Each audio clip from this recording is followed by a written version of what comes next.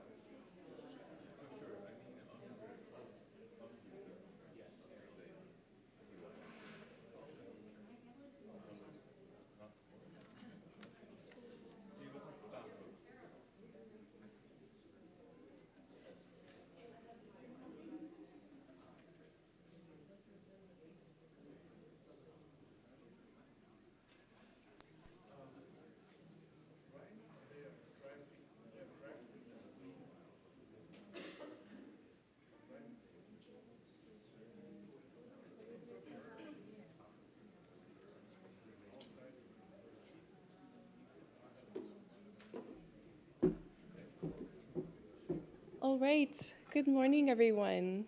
Dobre ranko, dobro dnia. We're really excited to have you here today. Welcome to our side event, the last day of the Borlaug Dialogue. We've titled it Regenerative Recovery in Ukraine, Rebuilding from the Ground Up. I'm Kayla King, and I am the project coordinator for the Waskov New Century Fund at Penn State's College of Ag Sciences. I will moderate your session today. We are also joined by our team from University of Missouri. Can you put your hands up?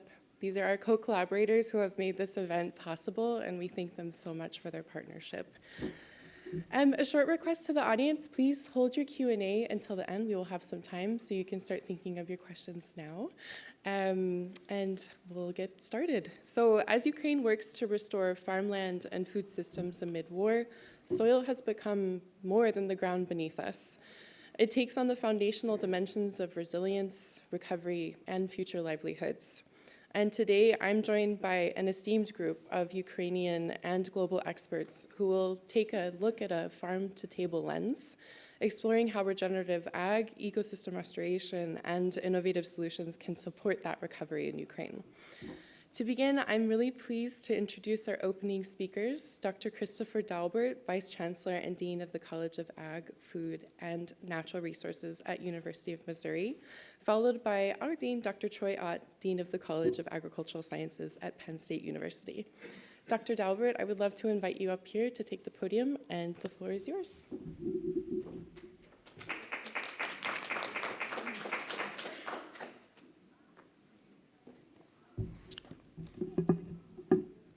Good morning, everyone. It's terrific to be launching this morning's session in partnership and collaboration with my alma mater, Penn State University, class of 1991. I was an ag engineering student back in the day. So it's great, born and raised in Lebanon County, Pennsylvania. So it's great to be here with Penn State University. It's my pleasure to welcome all of you and thank you for joining us today. And I'm proud to be known as the Land Grant Dean at the University of Missouri's College of Agriculture, Food, and Natural Resources. At Mizzou, we take our commitment to education, research, and extension very seriously. We extend our research and innovation across the state, the country, and the world. Our areas of expertise at Mizzou lend themselves well to assisting countries where livelihoods, starting with the soil, are being damaged due to warfare. This is a unique example of developing translational research for real-world solutions. We have experienced a technical ability in areas that include detection of organic toxins and toxic elements, including those from exploded and unexploded munitions in soils, and bioremediation of such degraded soils. Plant systematics for determining correct species for bioremediation of soils and restoration of environments. Agricultural economics, essential for key decision-making. The needs of war veterans and how to provide health care and long-term employment opportunities for those veterans. And finally, international programs administration. I am proud of the MU Ukraine Agricultural Assistance Group at Mizzou. They coordinate our understanding of the needs of Ukrainian scholars, farmers, and students in the efforts of sharing our Mizzou's expertise across borders. This special group have given their time and expertise so generously, and I thank them. What they are doing with Ukraine is surely a case study for successful translation of expertise and research-based solutions in crisis times. I encourage all of you to seek out how your research, innovation, and expertise can help others whether it's someone down the street, a few states away, or across the globe. Our work is never as meaningful as when we can move the needle so greatly to improve the lives of others. So thank you for joining us this morning.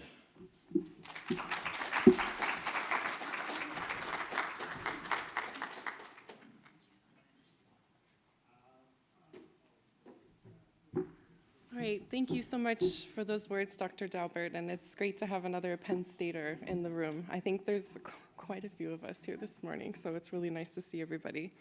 Unfortunately, Dean Ott couldn't be with us physically today, but we've come up with a fun way for him to actually join us, so let's listen in. Next slide. Good morning and good afternoon to those joining from other time zones. It's a real honor to join you at the World Food Prize Foundation. And I want to thank our partners at the University of Missouri for co-hosting today's side event. I also want to thank Dean Daubert for his thoughtful remarks and for reminding us that the ties connecting our institutions to Ukraine are not just professional, they're personal. At Penn State, those ties are longstanding. As the university's oldest college, the College of Agricultural Sciences has a long history of collaboration alongside Ukrainian partners. Our engagement has spanned disciplines, generations, and major turning points in Ukraine's agricultural story. And for the past 29 years, that work has been strengthened and sustained by the Woskob New Century Fund. Founded in 1996 by Alex and Helen Woskob, this fund has supported collaborative research, faculty and student partnerships, and extensive knowledge exchange. As Ukrainian immigrants themselves, Alex and Helen sought to create a bridge to foster meaningful exchange between Penn State and Ukrainian communities and institutions. Their son, George, and his wife, Nina, continue that commitment today, not just as supporters, but as active stewards of this work and of the lasting relationships behind it. It has been my pleasure to get to know George and Nina personally over this last year and to see their passion for the people of Ukraine and for connecting Ukrainians with the colleagues from Penn State and around the world. That's what today's conversation is about. Recovery is rarely linear. It's layered, relational, and deeply human. Today, our conversations will focus on land restoration and efforts to rebuild food systems, restore livelihoods, and support communities facing ongoing hardship and uncertainty. In that context, the theme of this year's dialogue, Solutions for Security, is not only incredibly relevant, it's urgent. On behalf of Penn State and our president, Neeli Bendapudi, thank you for being here and for joining this conversation. And now, I'll turn it back to Kayla to introduce our next speaker. I didn't write those talking points. So thank you so much to Dr. Daubert for joining us today, and thank you to Dean Ott. I think it's really important that we understand the framing of this, and it's not only personal, but it's also professional relationships that connect us with many Ukrainians and Ukrainian partners. So to expand on that foundation, I am honored to welcome our keynote speaker, Dr. Antonina Breaca, Extension Professor at Kansas State University and Senior Associate with the CSIS Global Food and Water Security Program. This is her third appearance at the Borlaug Dialogue, and with her expertise in ag economics and food security, Dr. Breaca will frame our discussion through CSIS's blueprint for an agricultural recovery plan for Ukraine, which you can also pick up on the back table along with some merch. Dr. Breaca, the floor is yours.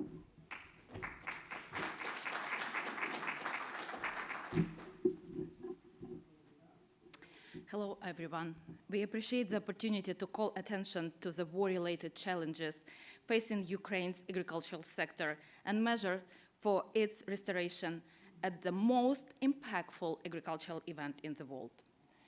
The recovery and further sustainable development of the agricultural sector is a priority task for Ukraine since it is a main pillar of the national economy. From 2014 to 2021, agriculture contributed on average 10% of Ukraine's GDP. Russia's full-scale invasion significantly disrupted Ukraine's agricultural sector.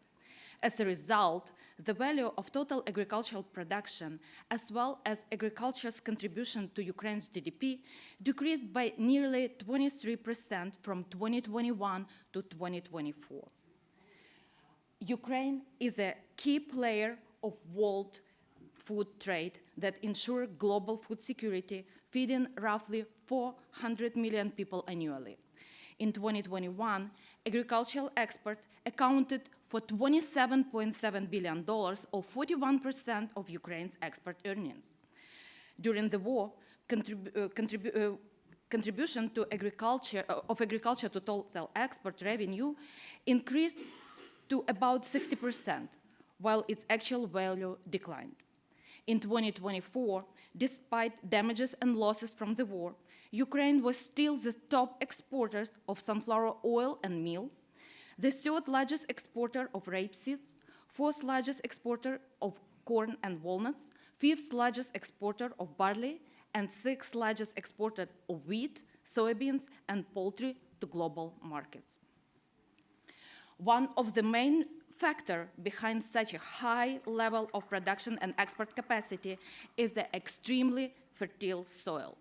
Ukraine owns a third of the richest black soil in the world. The shares of agricultural and arable land in total area in Ukraine are one of the highest worldwide.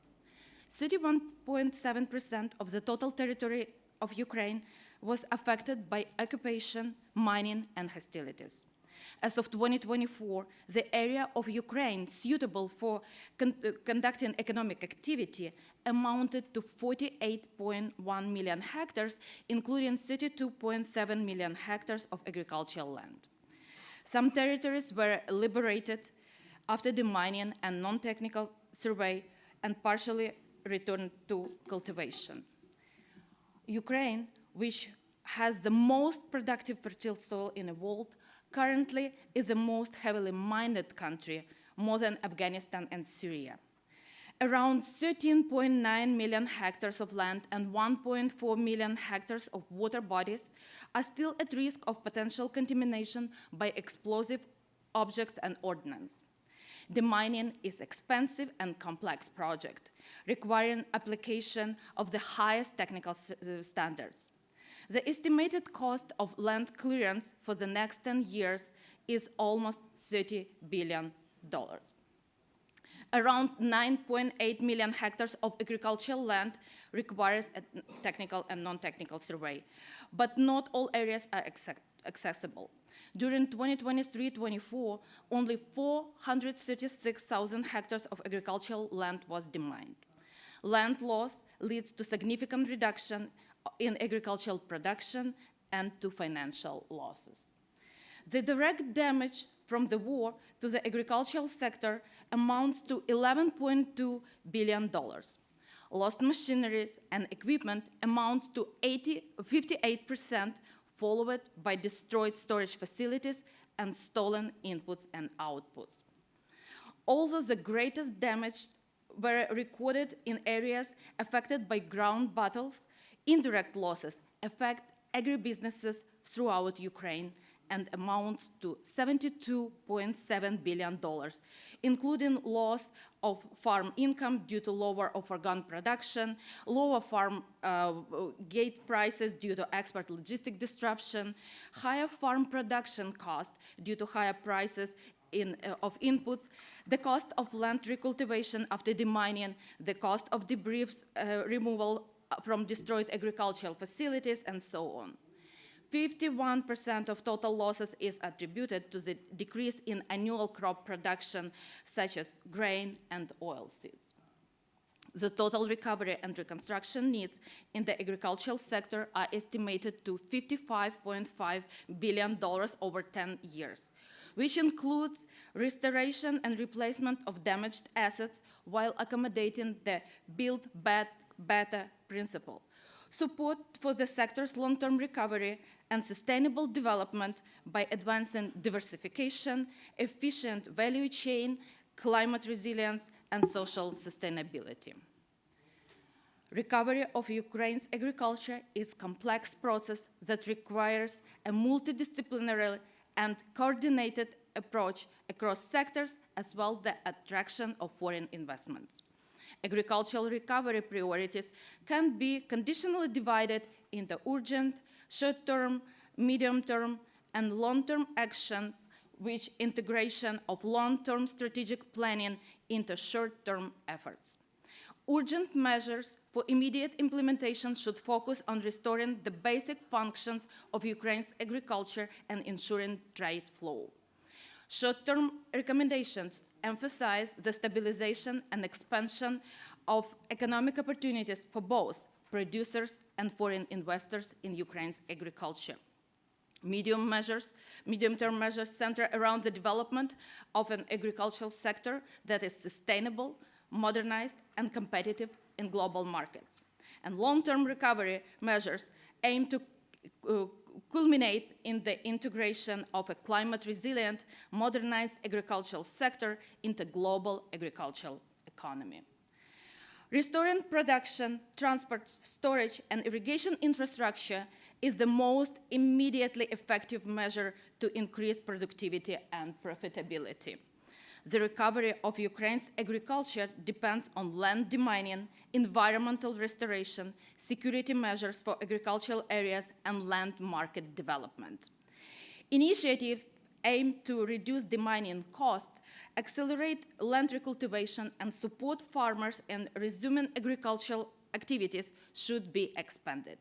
Simultaneously, expansion of Ukraine's land market should facilitate investment and infrastructure reconstruction. Financial stability is critical for the agricultural sector resilience. The expansion of preferential financing, flexible loan mechanism, agricultural insurance, and financial advisory support are essential for operational cost reduction, land purchases, and equipment modernization, encouraging innovations and enhancing Ukraine's agriculture competitiveness. The restoration and improvement of export infrastructure and trade regulation are key prerequisites for sustainable agricultural export. Building additional transportation hubs and terminals near ports and land borders with the EU will increase export capacity. Export diversification will reduce dependency on specific markets and improve export stability. Ukraine's agricultural sector is experiencing a labor deficit due to forced population displacement, the conscription of men into army, and casualties from the war. Incentives to attract workers from urban areas and abroad, as well as investments in mechanization and innovative technologies to partially offset the lack of manpower, should be elaborated. Transformation of Ukraine's agricultural education and extension system to be more resilient and adaptive by providing up-to-date knowledge and trainings for young farmers, women, and veterans will contribute to the further development of agriculture.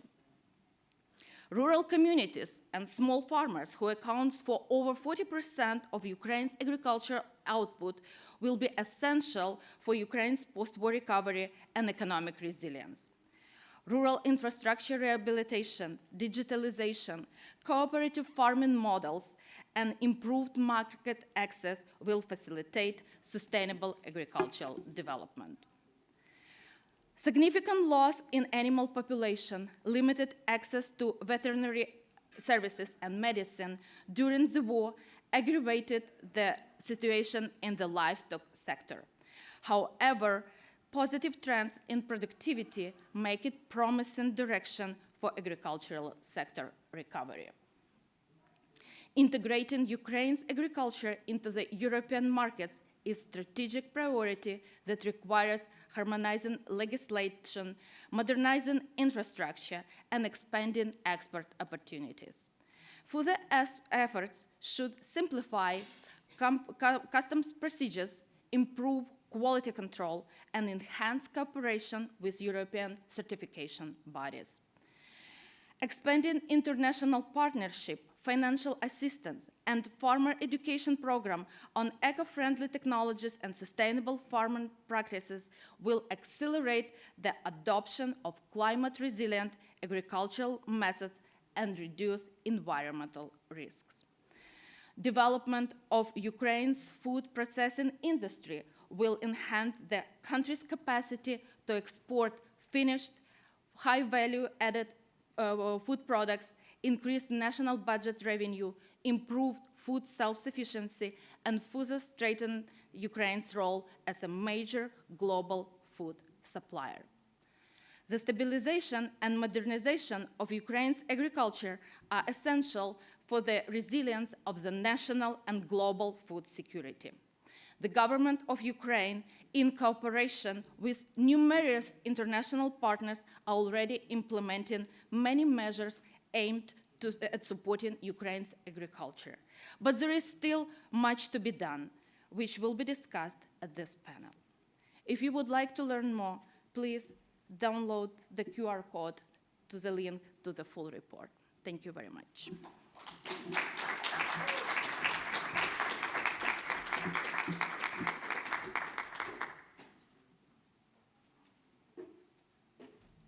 I feel like we just watched Otani knock another one out of the park. And as a Mariners fan, I'm so impressed.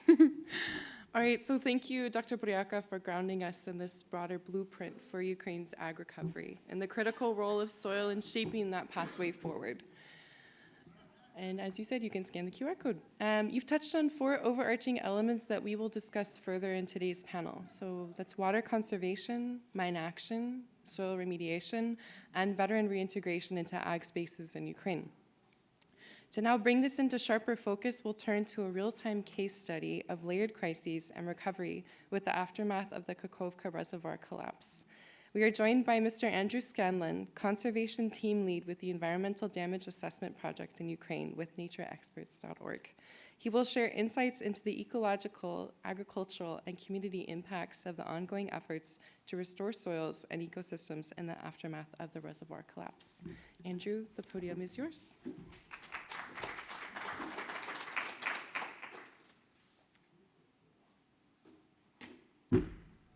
Dobry dzień. Good morning, and thank you for welcoming me here in the Middle West.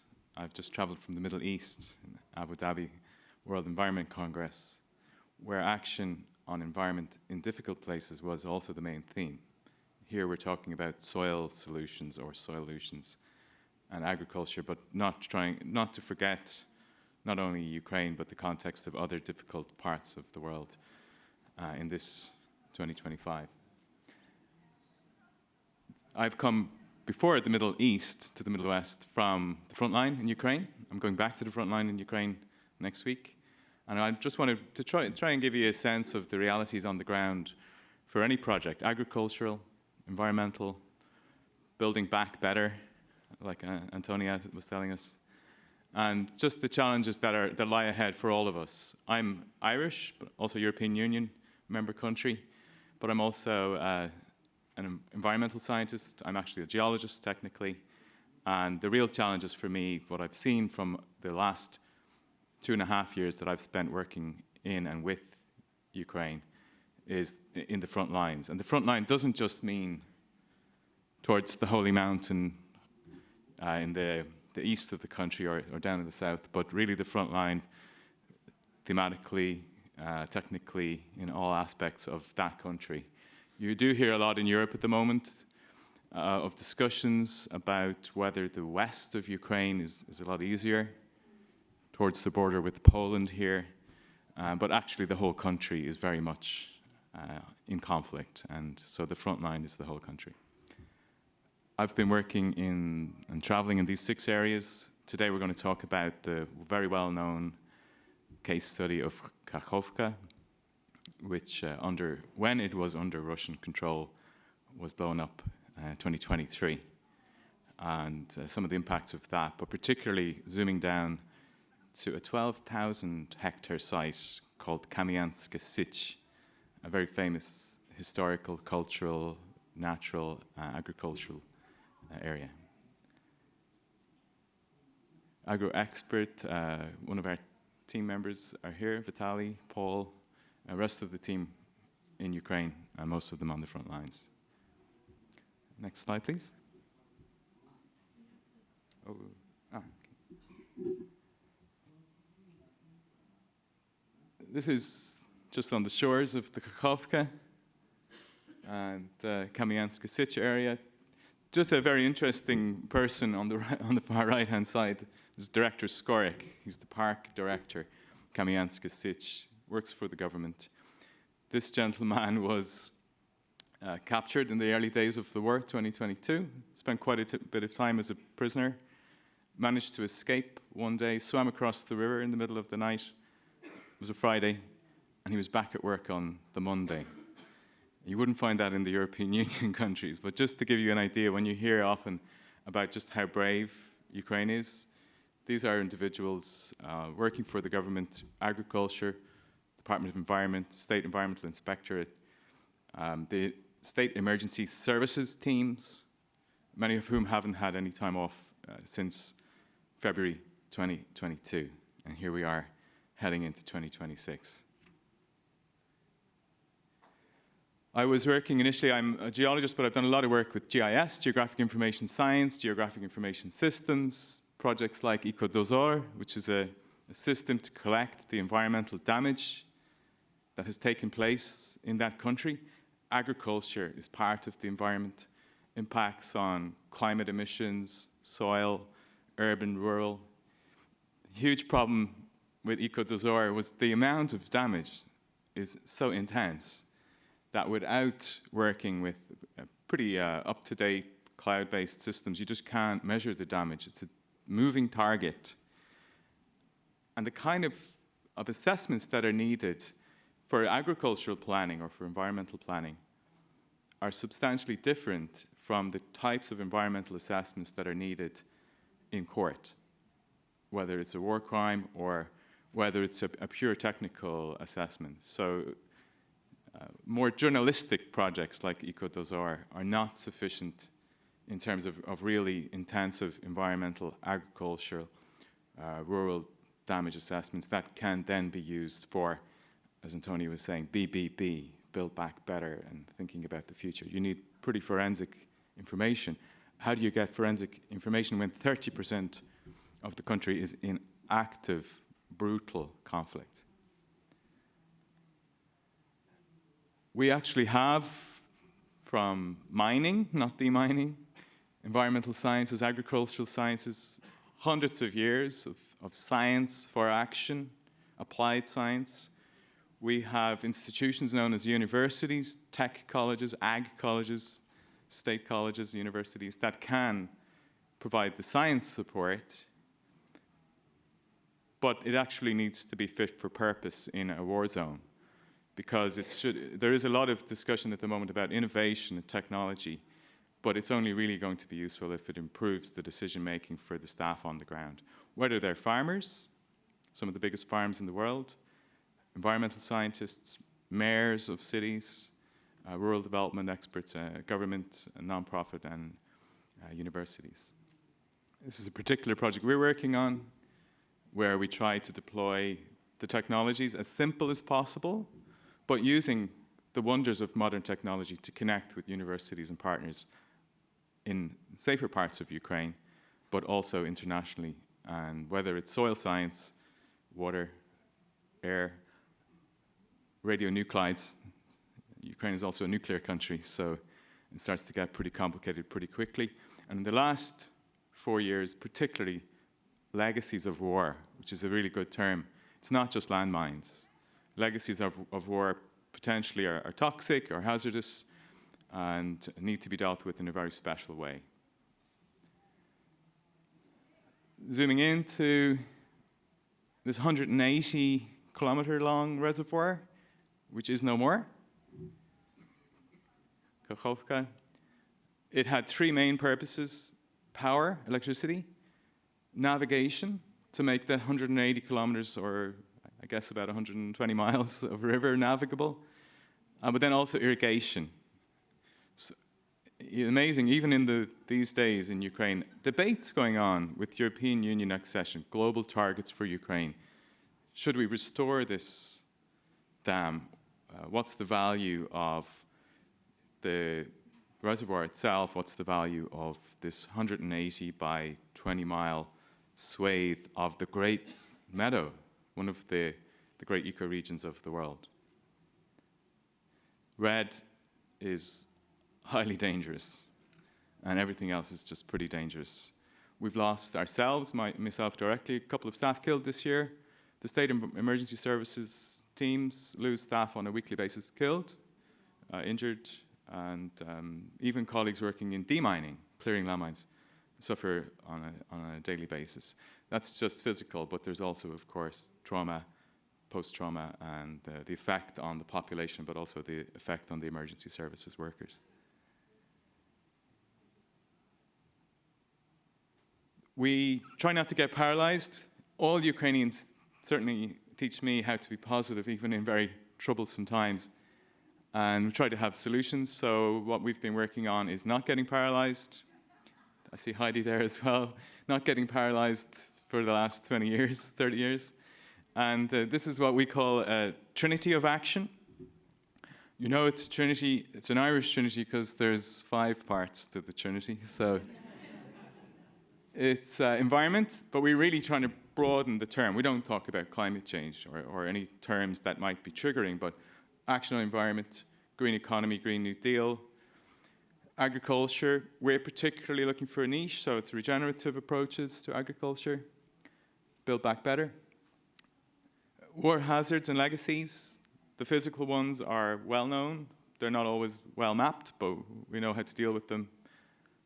But also now thinking about physical and psychological trauma and other kinds of legacies of war and what to do about them.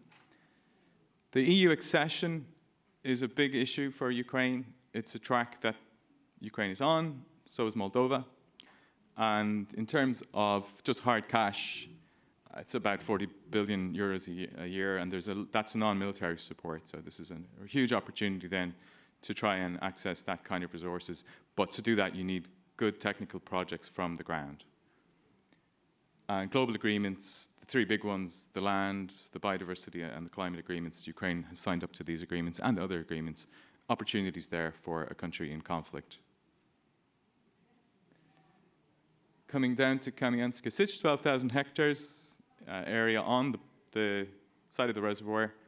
Part of it is now in the reservoir. So this is what it looks like since the water left.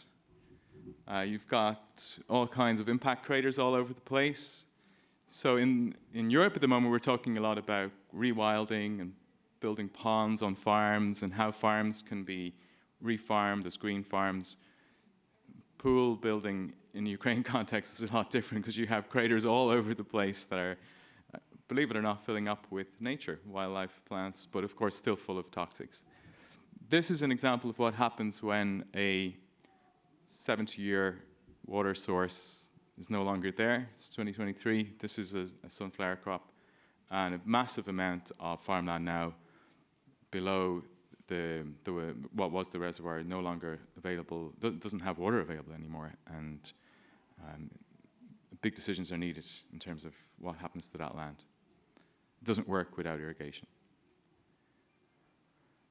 There is natural regeneration, which is off the charts in terms of poplar, willow. It's a very, very rich ecosystem. We're not quite sure what kind of toxics are coming out of this area, whether it's pre-war, in terms of just heavy metals that were in the water, that were in the bed of the reservoir. What to do with that? Can you create biofuels? Can you grow food for human consumption? What about for animal consumption? And in the middle of that, at the moment, because of the water flows, you still have landmines. And they are definitely need to be located and dealt with. Again, the Holy Trinity, action on environment, agriculture, and legacies of war. You still need to put that together into project proposals, project documents. Now is the time, and these are some of the approaches we take. Global to national, take the Kakhovka region, go down to the landscape scale, orchards, small farms, and don't forget the legacies of war. Strange fruit on the trees there with the hand grenades, booby trap. The last slide is that winter's coming, and we heard this from some colleagues yesterday, that right now is still very, very active conflict. We're going into winter, but the good news always we learn from Ukrainians is to be positive. So after winter comes spring, and now is the time to plan for spring 2026, and that's why we're here. Thank you.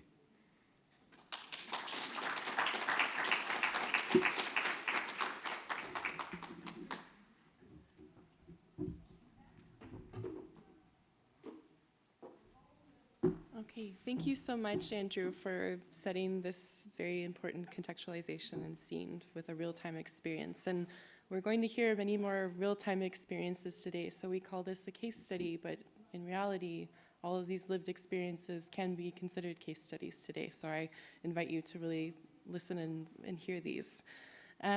So listening to these ongoing practical and on-the-ground implementation of work is, for me, nothing short of inspiring, and I hope it inspires you as well. Especially given these dangerous conditions in which our Ukrainian colleagues and partners are having to operate within on a daily basis. To that effect, I will now invite our panelists to please come join me on stage. Now. And a big thank you to them for traveling with us and allowing us to invite them up here so early in the morning. Chung-ho, you too. And we also, we have a couple of panelists joining us on Zoom as well, so we will introduce them shortly. All right, Chung-ho, I will hand this to you first. So I will now invite Dr. Chung-ho Lin to speak as our first panelist. Dr. Lin is a research professor at the Center for Agroforestry at the University of Missouri. He will lead us through a global framing of challenges in soil principles, touching on aspects of food safety, issues with polluted soil, and remediation strategies. Chung-ho, would you like to stand up here? Would you like to stand on the presentation? Sure, okay, I will go first. Yes, such honor. I'm able to join this global team effort. So I'm going to spend next 5 minutes to summarize what we have been doing at the bioremediation program at the University of Missouri with the support from the Center for Agroforestry and Kefner. So my topic is going to be focused on the strategy development to facilitate the restoration effort and the contamination of pollutants at the Ukraine farmlands. So probably you are fully aware of Ukraine is a major global food supplier. So I will not go into details. And so far, up to 5 million acres, about 15% of Ukraine farmland is compromised due to the mines, demining, and also the military conflict operation. About 500,000 hectares of farmland has been potentially contaminated with organic pollutants such as TNT, RDS, HMX, and their metabolite. They quietly penetrate into the global food supply chain. As a result, no nation is immune to this ripple effect of food supply disruption and potential contamination risks as a result of this crisis. Because of that, by investing these global efforts, everyone, each one of us will benefit from helping the Ukraine to restore and decontaminate those compromised farmland production. So fortunately, University of Missouri established these consortiums since 2022. So that allow us to work with a lot of Ukraine scientists, organization, even some of the business partner to help us to build a network, allow us to develop a global strategy, how to address the issue. So what we're doing at the University of Missouri at my program is help our Ukraine partner to determine what kind of specific pollutant and through this chemical profiling approach. So fortunately, we have access to some of the extract, the soil extract. They collect on the contaminated sites as a result of demining activity. So as you can see, we have a group of collaborators. They personally brought the extract to the campus because according to USDA law, we are not allowed to bring the soil into the US, but they can bring the extract. So we offer all the extraction protocol. They extract those pollutant contaminants that allow us to do the global chemical profiling. With a workflow developed at University of Missouri, we are allowed to capture almost 250,000 of organic molecules through this extract that allow us to capture all the possible organic contaminants, including the explosive, also the contaminant from the propellant, help us design the remediation effort. Also, with the help from our Ukraine partner, that allow us to develop a strategy and quantitative approach to map the contamination level in the soil and the grain and water across the geographic gradient. And based on our finding, we allow us to prioritize the pollutant species based on their toxicity and mobility, and also that provides scientific evidence to further develop the remediation strategy. So we just complete our pilot study before I came to this trip, where I identify high concentration of RDX, which is one of the active ingredient of explosive in the landmines. Also, we also detect high concentration of TNT metabolite and also a lot of organic pollutants coming from the propellants. So based on our finding, we propose to using this bioremediation approach, because with such large-scale contamination level, nobody can afford using a conventional chemical and physical remediation strategy. So my program at the university has been trying to develop this idea of a green lever approach for large-scale sustainable remediation of a contamination. Many of you probably already aware what the lever function, right? Lever, they capture toxic and degrade it. Many of you probably have some alcohol last night, right? That's what the lever's for, okay? And one advantage is self-sustainable and low cost, especially powerful for large-scale decontamination of contaminants. So based on our finding, we've been running several growth chamber studies to screen what will be the best combination of plant species, cover crops, and bacteria to create this green lever bioreactor system to detoxify some of the chemicals. And based on what we have learned, if you put the right species, such as a warm season cover crop like sorghum and also sunflower, inoculate with some of the detoxifier bacteria, in this case, the Pseudomonas putida, we can quickly break down some of the contaminant, like explosive TNT. Within the 8 weeks, we can break down almost 80%. basically we train the bacteria, right, to take this pollutant. In this case, TNT is a heavy loaded with nitrogen. So we train the bacteria, take this organic pollutant as a food source and break down into the carbon dioxide. It's completely harmless. So this concludes my presentation. I would like to thank all the support from the University of Missouri, more importantly, our partner at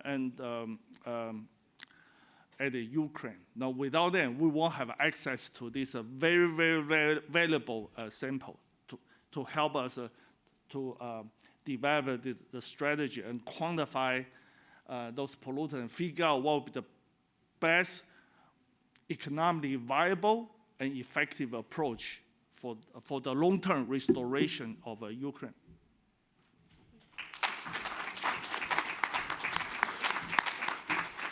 You can keep that, yeah. I messed up on time management, but I learned so much, so I hope that's okay.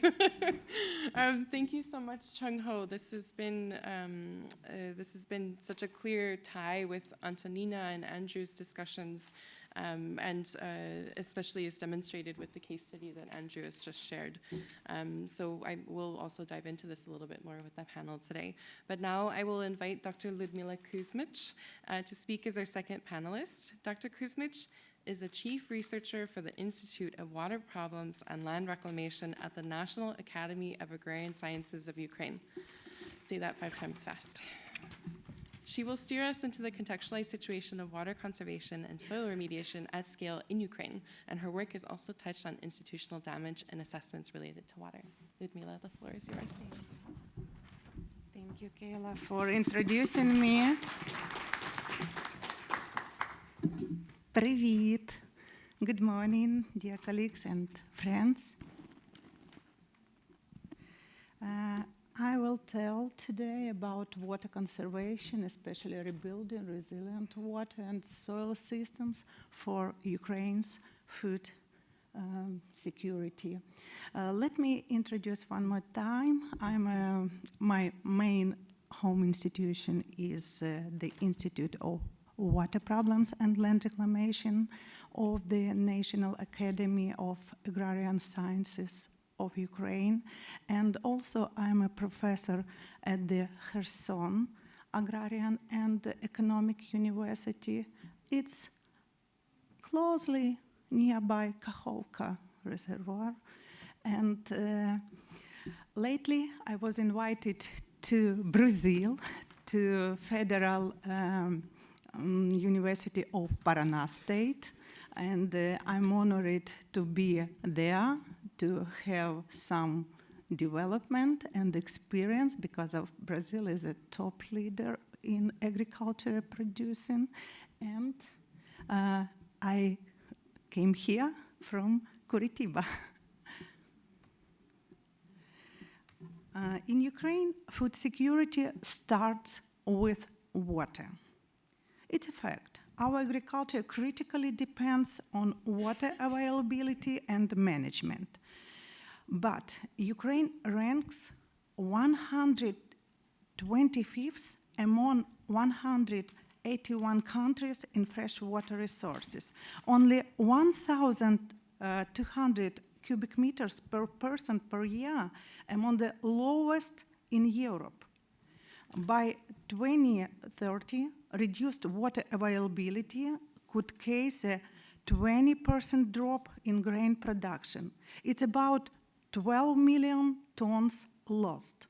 So, water scarcity threatens not only Ukraine's food security, but also global grain supply chains.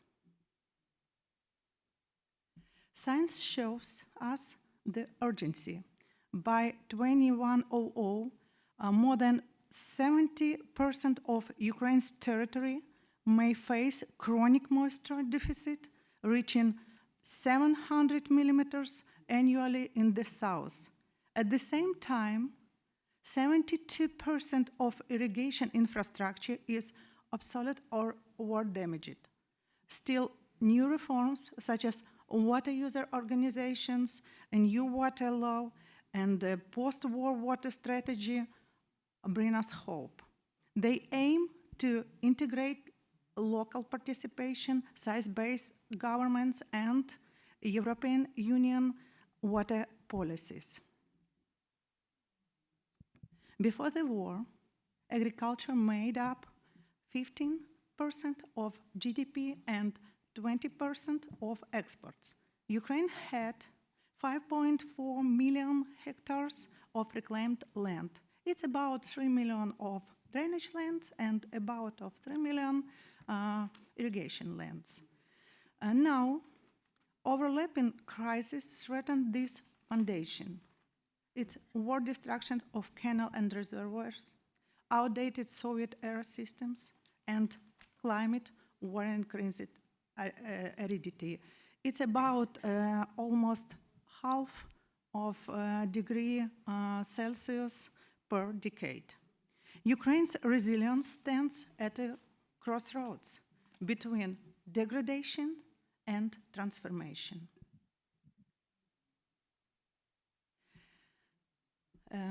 Thank you, Andrew, for emphasizing Kakhovka Reservoir, and I wanted to emphasize how is important Kakhovka Reservoir for agricultural productions in Ukraine. Ukraine's irrigation was once relied on major interbasin canals. It's Kakhovka main canal, Dnipro-Donbass canal, North Crimean canal, Ingulets irrigation system canal, and Dnipro-Ingulets canal. The most 5 irrigation canal in Ukraine take water from Kakhovka Reservoir. Destruction of the Kakhovka Dam in 2023 disrupted water supply to hundreds of thousands of hectares and left communities without drinking water, because these canals also served as suppliers for drinking water to communities. Rebuilding these systems means not only reconstruction, but reimagining water management under climate and geopolitical stresses. The consequences are severe: damaged water infrastructure, soil degradation and salinization, loss of fertile topsoil, and institutional and financial constraints. Water and soil degradation are not just environmental issues. They are humanitarian and economical challenges shaping Ukraine's future. Our path forward combines reform, recovery, and resilience. It's about linking a post-war reconstruction with climate adaptation, modernize irrigation with efficient technologies, empower local water user organizations, and align with European Union directives and SDGs. We must rebuild not only infrastructure, but also institutions, ecosystems, and communities. We propose opportunities for actions. It's about investment in small irrigation and digital water monitoring, promote international cooperation for climate resilient recovery, train engineers and farmers in innovative management, use satellite and AI tools for precision water governance. Our goal is green recovery. It's about rebuilding Ukraine's agriculture as a resilient and adaptive systems. In conclusion, water is the foundation of life, security, and peace. With science, innovation, and solidarity, we can turn destruction into a model of regenerative recovery, honoring Norman Borlaug's vision that no one should go hungry when knowledge and cooperation can ensure abundance. Thank you for your attention. Дуже дякую.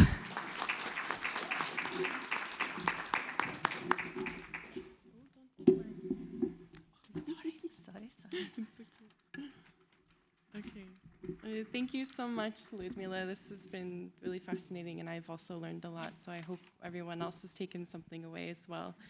I will now move on to our third panelist, who is Dr. Olena Melnik. She's an associate researcher at Bern University of Applied Sciences. And as we all know, in our present day and age, it's growing much more difficult to distinguish myth from fact, especially with the integration of AI into our professional and social circles. Excuse me. Dr. Melnik will address some of those current day myths related to Ukrainian ag, touching on her personal projects across 6 regions in Ukraine, and how Sumy National Agrarian University is equipping veterans with transferable skills in soil expertise. Dr. Melnik, please.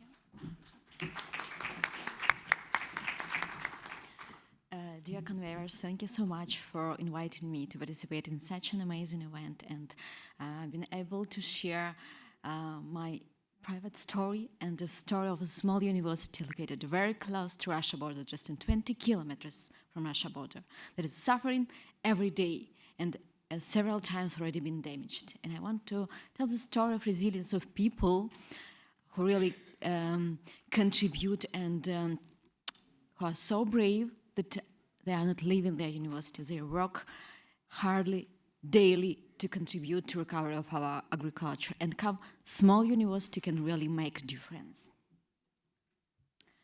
In the territory of Kherson region, the picture that was taken by the member of my team, close to Kakhovka Dam, actually, and the land where we took our soil samples and analyzed them to understand how we can restore this soil.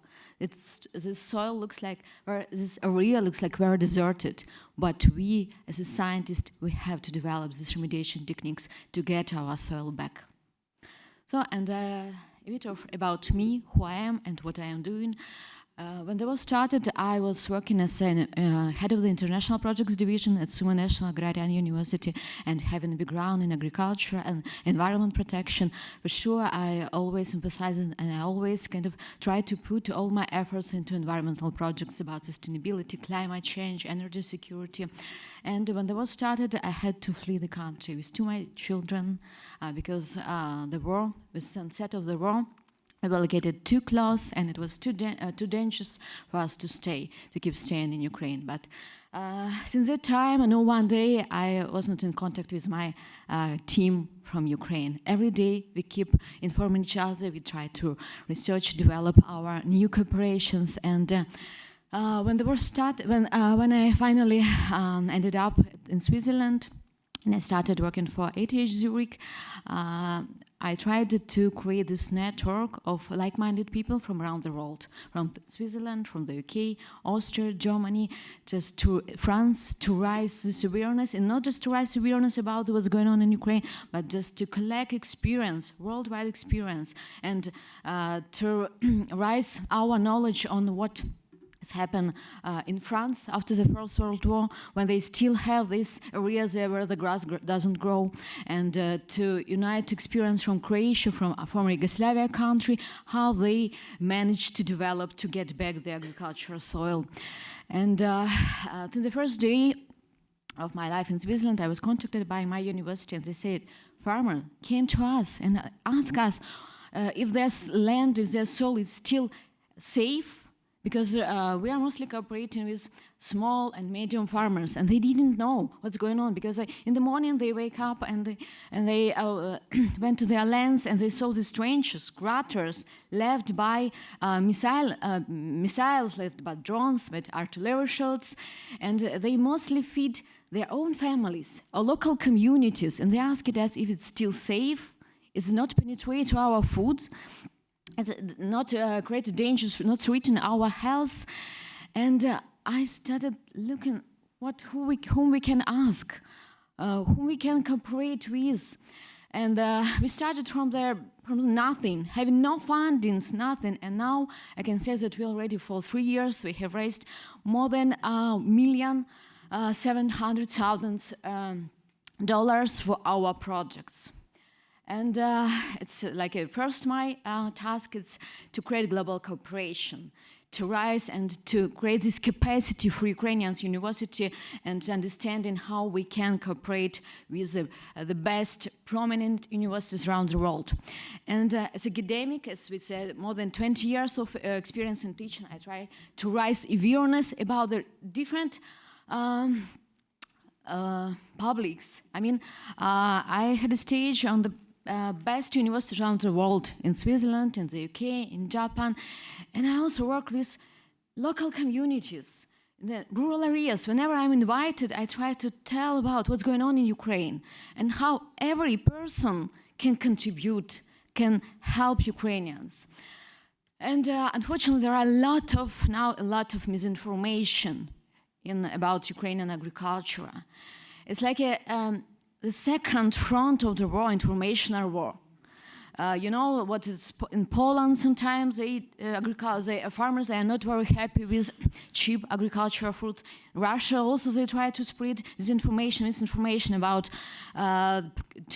polluted, contaminated, with, for example, with depleted uranium, Ukrainian areas, and they try to interrupt food chains. Yeah, and then so we, as academics, we try to showcase the real information, what's going on, and to debunk some myths. We develop internationally recognized methods that can be used as a case and for reparation claims after the war end. And of course, we work closely with Ukrainian farmers.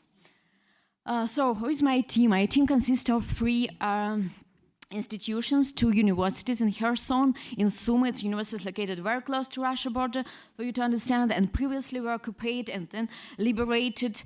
And now we have a team of 16 experts, internal team, and we have a network of teams from around the world who really contribute to developing tailored solutions for our farmers. And it's amazing when we have a professor, for example, from Cambridge, who came to a small local farmer in Kherson to talk to him, to take soil sample, and to take these samples to Cambridge, to ETH Zurich, to University of Bern, to analyze and to get back to the farmers and to develop for them tailored solutions.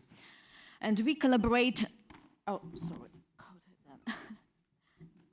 So we collaborate closely with government. We work for government. We have got support from government of Ukraine, from government of Switzerland, from government of the UK. And we develop our project we work with business. Our big partner is the Halo Trust. So we take soil samples from them and analyze them for a content of heavy metals, organic pollutants. We work closely with Syngenta. We analyze soil samples for their clients. And we also conduct research and education in humanitarian projects. So here is the last project that we have been running for DEFRA. DEFRA, Department of Environment, Forestry, Rural Affairs of the United Kingdom. And so the project consists of taking soil samples from 6 regions of Ukraine and trying to understand how we can use satellite data to compare data and to predict with satellite data, to develop machine learning models that can predict soil pollution, soil degradation in the areas where we cannot access to. So we have a team that takes soil samples, we have a team that works in labs, a team that operates with GIS data, and we develop this map where we pointed hotspots where we want to develop for each region that needs our attention these tailored solutions, and not just tailored solution for remediation, but tailored solution how the farmers can proceed with sustainable agriculture on their ends, to give them the package what to do from now and the next 5-10 years. So we communicate science to communities. We have developed several brochures, leaflets, and for agronomists we even developed like manual what to do, starting from understanding the level of extension of soil pollution, soil degradation, and how to develop this and how to apply these developed remediation techniques. We also understand as educational institution, we have to not just to conduct some research, but we have to share, to spread our knowledge. And we, together with Royal Agricultural University, our partner in the UK, we launched a unique program, master degree program for Ukrainian students in sustainable agriculture and food security. And now we have our first graduates that are ready to contribute and to come to local communities, to farmers, and help them to remediate our soil. We publish a lot of different papers to debunk the myths and to show the international community that the real situation, what is the real situation with Ukrainian agriculture, and we support veterans. So we already launched three groups of students, and we teach soldiers who came back from battlefield, maybe with some disabilities, maybe with some problems. We teach their family members how to become soil experts. So that sometimes soldiers, they get back from battlefields and don't understand that what they can do, how they can contribute to social society. A part of battlefields, they just want to get back to their comrades. But we want to give them another sense of life, and we teach them, especially soldiers who in the previous life they had experience in agriculture and environment protection. We teach them how they can apply their knowledge and still can be useful. We give them another sense of life after getting back from battlefield. Thank you.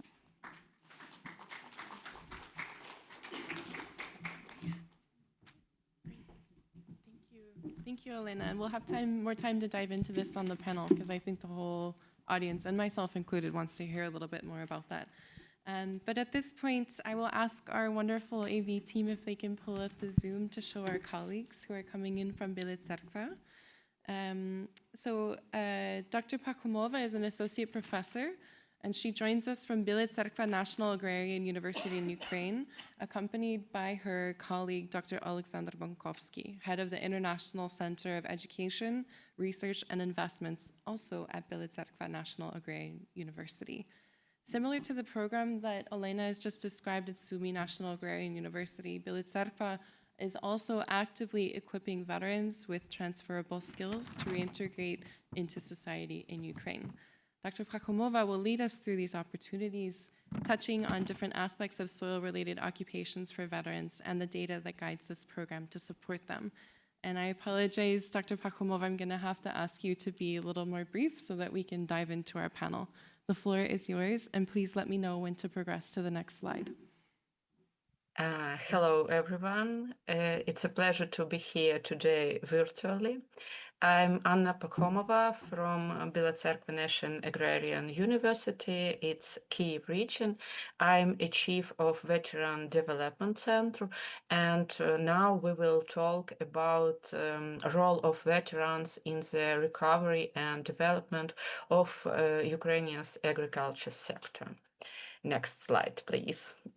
The full-scale war has created unprecedented challenges for Ukraine agriculture. As colleagues have already pointed out, among the most acute problems are destruction of infrastructure and the mining of significant areas of fertile land, which makes sowing and harvesting impossible or difficult. Furthermore, the labor shorts resulting from mobilization and migration adds complexity to the recovery and continued functioning of agricultural sector. The number of veterans in Ukraine today is about 1 million, and a particularly powerful driving force for this recovery in the integration of veterans. A veteran-owned business supported by state grant programs brings discipline, determination, and high motivation to the sector. According to the International Organization of Migration, 63% of returning veterans want to start their own business. And having privately owned land provided by the state to veterans becomes the basics for starting their own business. In 2023, the Veteran Development Center was established at Bila Tserkva National Agrarian University as platform for assistance and communication. Next slide, please. The work of the Veterans Center is focused on ensuring four main factors. It's psychological adaptation, legal assistance, retraining, and assistance in creating their own agricultural business. Career consultants play a key role in the professional reintegration for veterans, helping them make a smooth and targeted transition from military service to civilian life and the labor market. The main activity of university is in the field of veteran support is professional trainings and education. The Veterans Center offers veteran educational programs and short-term courses of running an agricultural business. Our university provides a robust mentorship system by engaging experienced farms and agricultural entrepreneurs in personal support for veterans at all stages of their business development. Next slide, please. Scientists of our university are working on the creation and development of sustainable agricultural ecosystem for veterans as a comprehensive approach that combines education, practical support, business consolidation, and social adaptation. The main goals of this strategy are the following points. First of all, it's creation of educational agricultural platform for mentorship support. We must provide veterans not only with the desire, but also with quality knowledges and skills for a successful start in agribusiness. Secondary, it's a regional veteran agri-hub. For the transition from theory to practice, centers are needed where veterans can gain real experience. The third, it's transition to cluster technological and competitive business model. The time for individual isolated initiatives must give way to consolidation efforts. The fourth, it's conditional consolidation of veteran agribusiness and the state level and ensuring stable access to key resources because systemic support is the key to sustainability. And the last, ensuring social integration, mental health and professional growth of veterans regardless of their health status because agribusiness is not only economics but also therapy. In turn, the agricultural sector serves as a powerful instrument for psychological and social reintegration for veterans. Working the land, engaging in physical labor, and seeing the results of their efforts help veterans return to peaceful life and reduce consequences of combat stress. And the last slide, please. The mission of our university is to fully support veterans as key agents of change in the agricultural sector. The participation of different defenders in agribusiness transforms agriculture into a regenerative force for the economy and vital platform for regenerations. Thank you for your attention. Дуже дякую вам, Anna. We're a little short on time, so I'm going to invite Antonina and Andrew to please come up and join us on stage.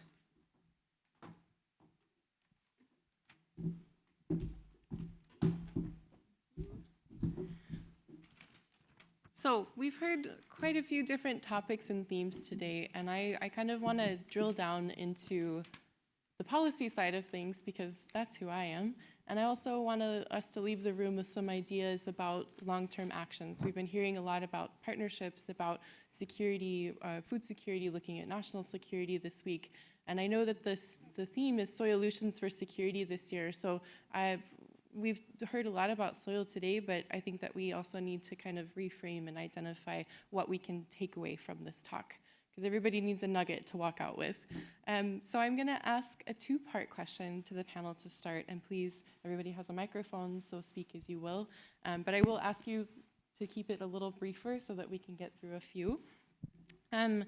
So my question to the panel is this. As we heard from Ludmila and Antonina, pre-war Ukraine's ag sector accounted for approximately 15% of its GDP, with exports impacting Europe, Asia, Middle East, Africa, and more.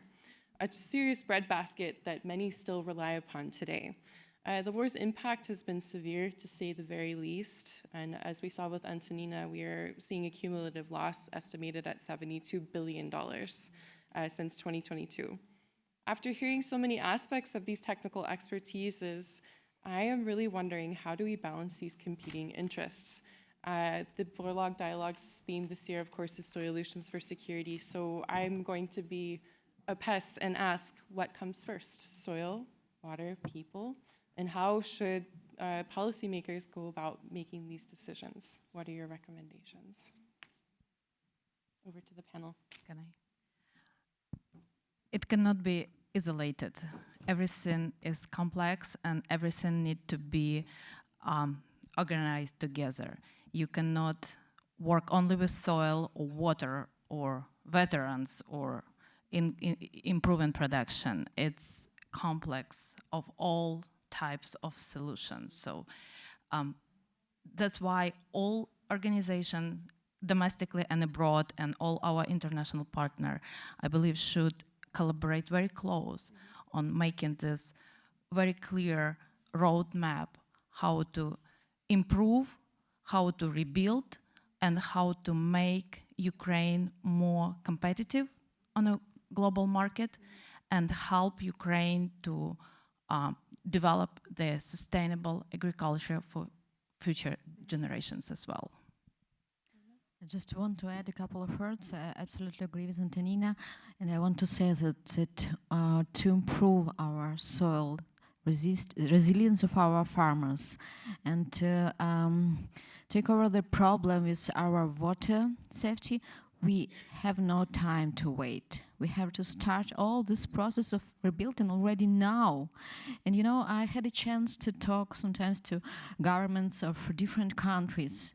And when I started talking about our soil, about agriculture, and I heard that it's not a time, maybe now, just let's solve some humanitarian issues, just like to feed people and to provide some weapon. But no, we have to feed our soldiers today, and we have to keep alive children and people of citizens of Ukraine right now, and we cannot wait when the war over. Let's contribute, and everybody can contribute now for developing Ukraine and to invest in the future of Ukraine.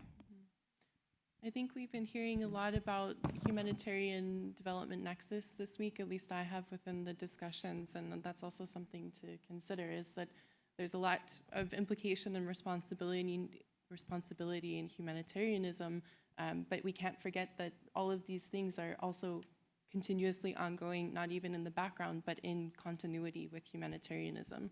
So I think that maybe that definition may be changing as we're going forward with this new kind of funding schematic across the world as well. Elena, I'm going to pick on you one more time, and I apologize, but I wanted to kind of follow up with you a little bit more in terms of myths with Ukrainian agriculture. If we can kind of dive into some of those, and then our panelists can also, I'm sure everybody has an experience with this. I would love to hear more, and I hope the audience would like to hear it as well.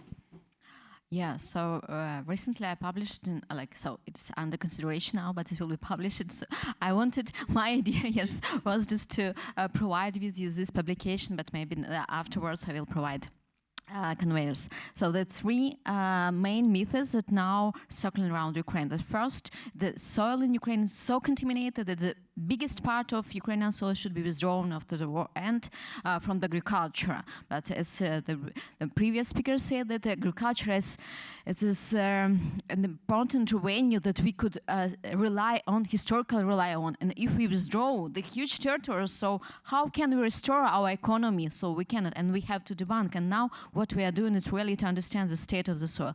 And the second, this myth is kind of connected to the previous one, so that Ukraine doesn't have standards that to control content of heavy metals, organic matter in our soil. And I want to say we have these standards in Ukraine, and sometimes they're even higher and more demanding than the European standards. And we have a lot of inspectorates in each oblast of Ukraine, in each region.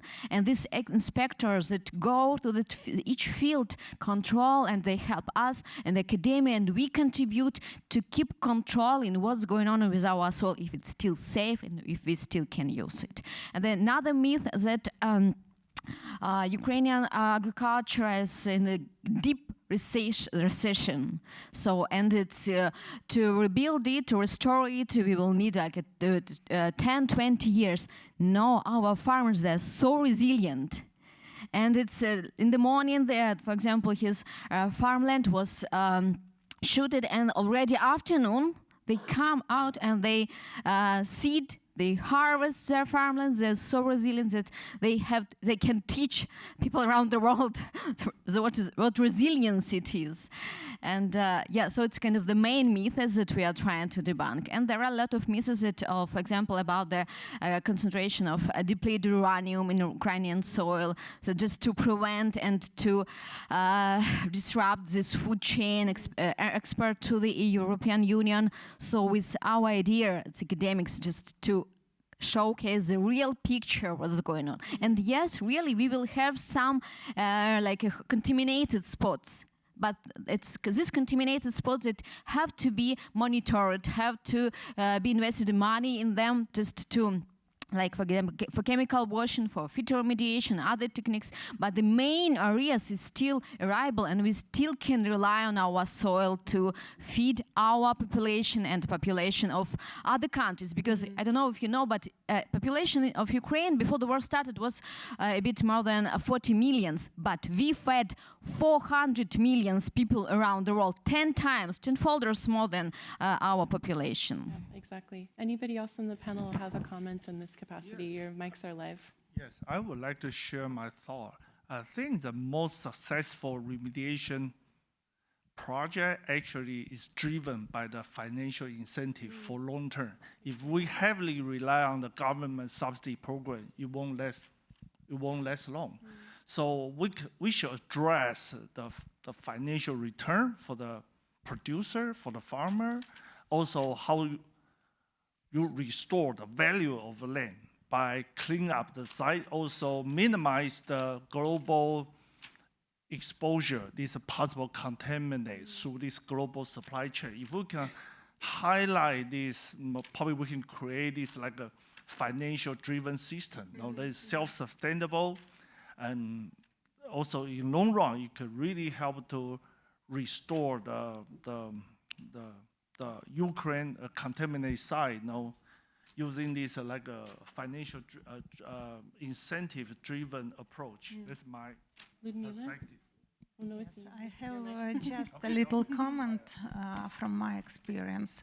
Some years ago, I am absolutely returned my scientific mind in food security, involving in a new scientific direction like water, energy, food nexus. So I would like to tell not just about water and soil and what are the main things in food security. We need to consider these issues in combination not only water and soil.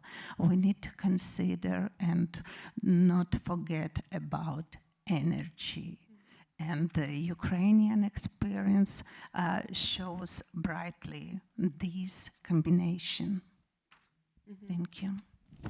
Antonina, and then I want to go to Andrew just to give him, because I'm going to give you about 30 seconds. 30 seconds. Knock it So out of the park. we spoke a lot about areas that were really affected by ground battles and potentially contaminated. But what about that land that is under control of Ukrainian government? There is still a lot of farmers that continue to work there, and they experience a lot of issues. And one of the issues that related to soil is access to fertilizers, that they need to be accessible and affordable.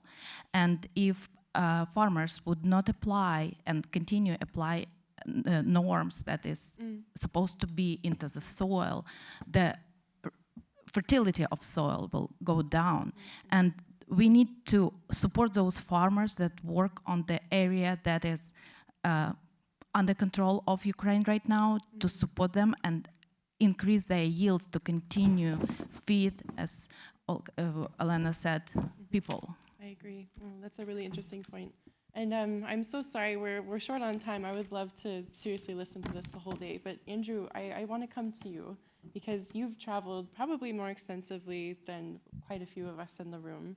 And in terms of what you've seen in other regions, examples for other regions, not saying that this is a one-size-fits-all, but are there other examples that kind of stand out to you in terms of remediation in other spaces that you've worked in, that you may, recommend, or that Ukraine could learn from in terms of integrating some of those capacities into their recovery systems? It should be on for you. Hello? Yeah. It's always the Irish Trinity: practical action, seeing is believing, but guided by science and technical solutions and innovation, particularly in front lines and in war, is where innovation is happening right now, and less bureaucracy. And so that's the second part of the Trinity. The communicating, the teaching, and the advocacy and the outreach is really important in places around the world where we do see success. Ukraine, though, is I think 30% of the innovation projects that are coming through the EU at the moment are from Ukrainian applications in all aspects, but particularly in agriculture, environment, and technology, also in drones. And so that's something that I would say the real opportunity is the war, but the war needs to end. Let's make no mistake about that. Over.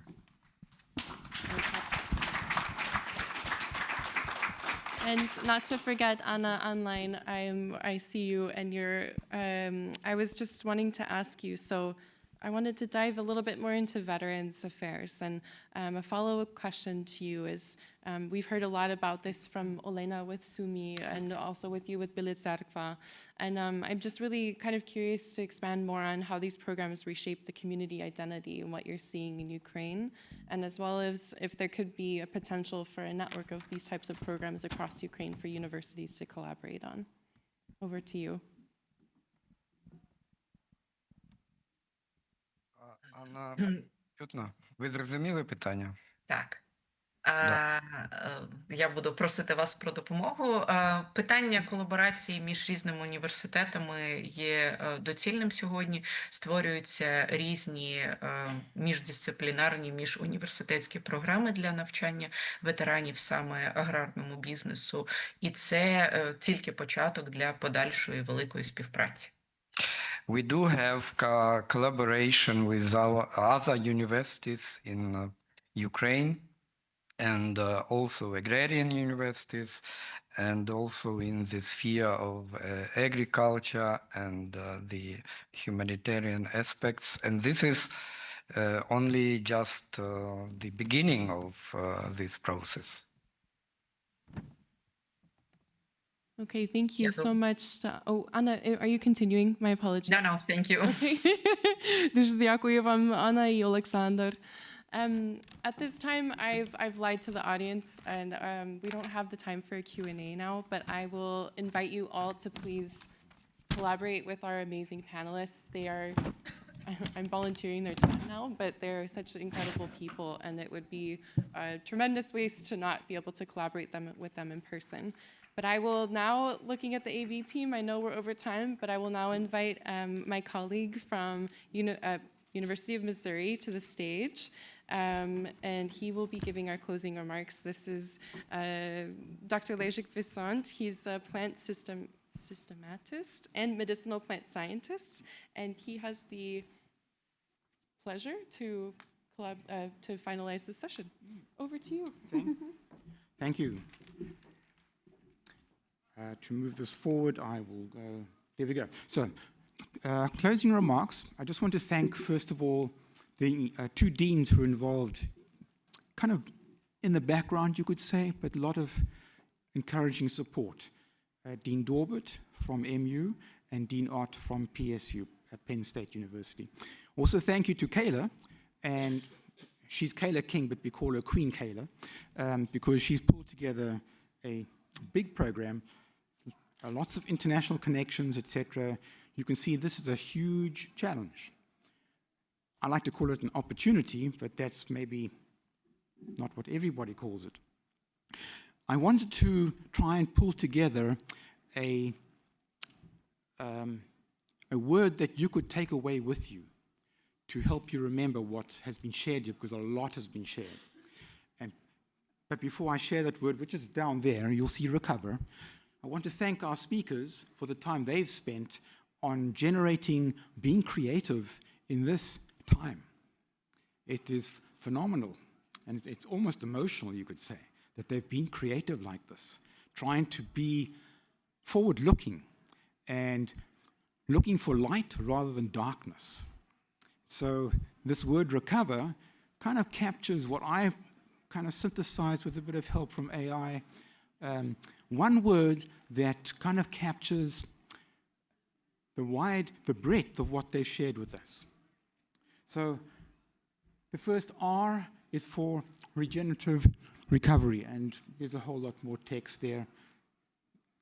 The E is for empowering veterans, hugely important. 1 million plus people, all stages, plus widows. C is for so-called collaborative efforts, a lot of international need here. O is for optimizing water use. There's a huge ecosystem of needs here. People-based, land-based, it's amazing. V is for veteran agro hubs, that came up in one of the slides, to establish various platforms to help these people find a new vocational direction.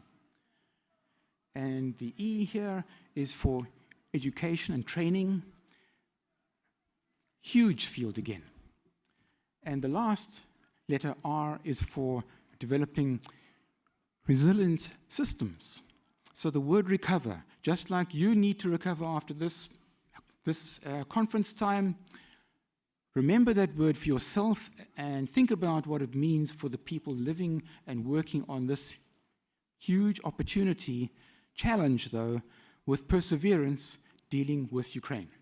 So thank you very much.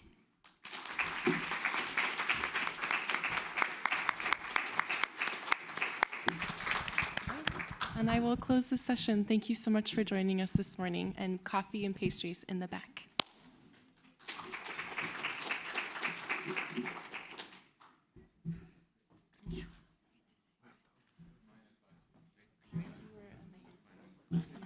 I'm sorry, I tried to get more time for you to unpack a little bit more, but I think it was, everybody really liked it.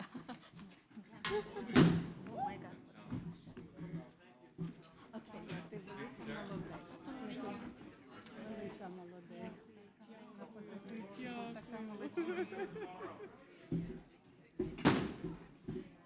Oi.